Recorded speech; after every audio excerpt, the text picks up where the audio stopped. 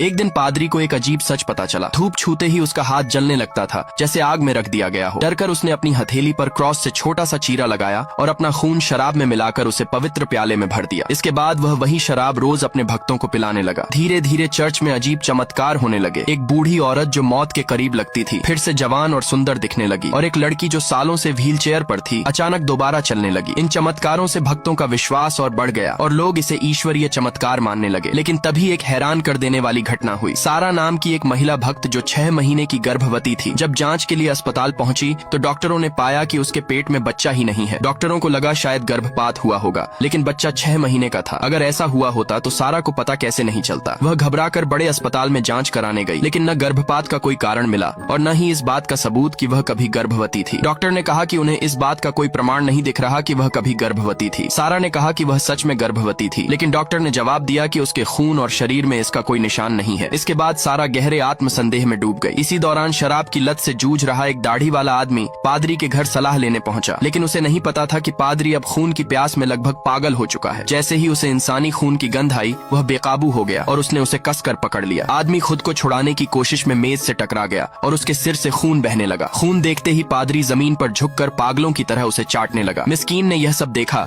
लेकिन घबराने के बजाय शांत रही और बोली कि अब कुछ कहने की जरूरत नहीं, पहले तुम्हें साफ करना होगा और चर्च वापस ले जाना होगा। फिर उन्होंने 2 भक्तों की मदद से लाश को ठिकाने लगाया और चर्च का समय बदल दिया। अब वह दिन में नहीं बल्कि आधी रात के बाद खुलने लगा। भक्तों को यह अजीब लगा, लेकिन पादरी के चमत्कारों की वजह से सबने बिना सवाल किए इसे मान लिया। उसी रात जब पादरी बेचैनी से टहल रहा था, तभी कई दिनों से गायब वह रहस्यमय देवदूत अचानक उसके सामने फिर से प्रकट हो गया और कमरे में एक अजीब सन्नाटा छा गया।